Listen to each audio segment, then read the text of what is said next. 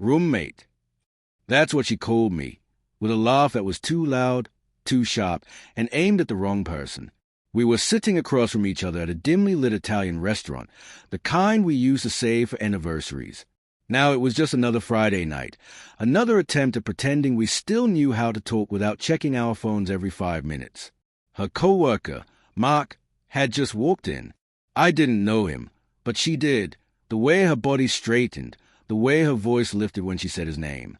When he reached our table, she made introductions that burned themselves into my skull. This is my roommate, Adam. She smiled, like it was a joke, like I was supposed to laugh, too. But I didn't, and neither did Mark.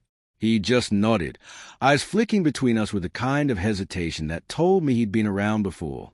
I drove home in silence, my hands gripping the steering wheel so hard my knuckles went white. She hummed softly beside me, scrolling through her phone, pretending everything was fine. I could smell her perfume, a scent she'd started wearing about 3 months ago. Expensive, not one I'd bought.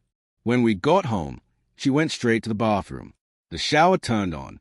I sat on the couch, the house too quiet except for the sound of water running, a constant hiss that made my stomach twist.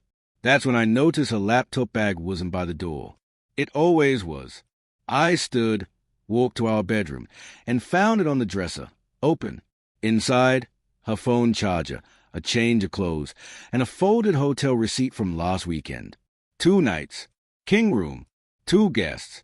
The water stopped. I closed the drawer and sat back down. My pulse was a drumbeat in my ears.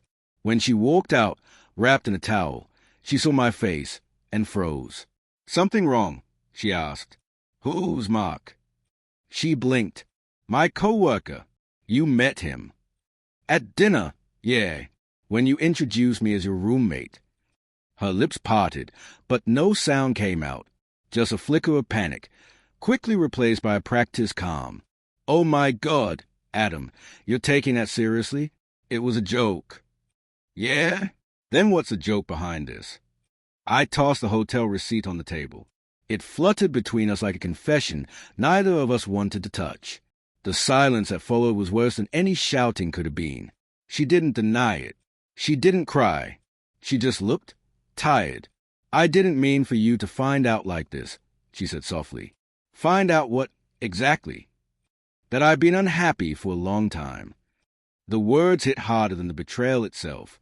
For months, maybe years, I told myself we were fine, that quiet didn't always mean broken, that routine could be love if you squinted hard enough. But there it was. The truth, small and cruel. By morning, she had her suitcase packed. I didn't ask her to stay. She didn't ask if she could come back. Before she left, she hesitated at the door, keys in hand. "I'll pay rent until I find a new place. It's the least I can do." I almost laughed. Rent, as if this had been a lease instead of a life. Saturday night, the house was silent again, but this time it felt heavier, lonelier. Her mug still sat by the sink, lipstick mark faded but visible. The bed smelled faintly of her shampoo. I sat at the table, staring at 2 wine glasses, one full, one untouched. Roommate. The word echoed through me, dull and hollow. I thought about how easily she'd said it, how easily I believed for so long that love was supposed to feel safe. Not certain. Maybe that was my mistake, mistaking comfort for connection, routine for devotion. I poured her glass of wine down the drain and whispered to the empty kitchen, "Guess the lease is up." And for the first time in years, the silence didn't answer back.